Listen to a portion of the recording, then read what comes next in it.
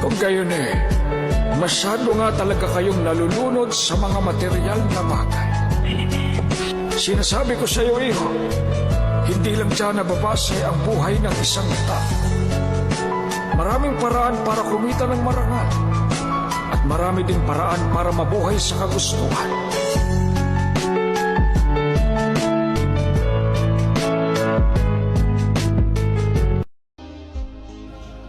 Tandaan mo, kagustuhan nila ang mga nangyari. Magpatuloy ka sa buhay na iyong gustong tahakin. At huwag na huwag mong kakalimutan na ang nakaraan ay parang kalendaryo. Pwede mong tingnan, pero hindi mo na pwedeng balikan.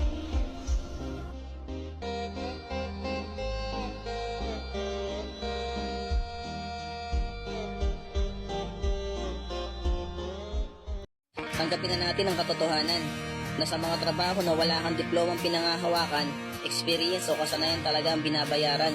Wala nun sa paaralan, kundi iyong paghihirapan. So matotal, diskarte talaga ang labanan pag di ka nakatapos ng pag-aaral.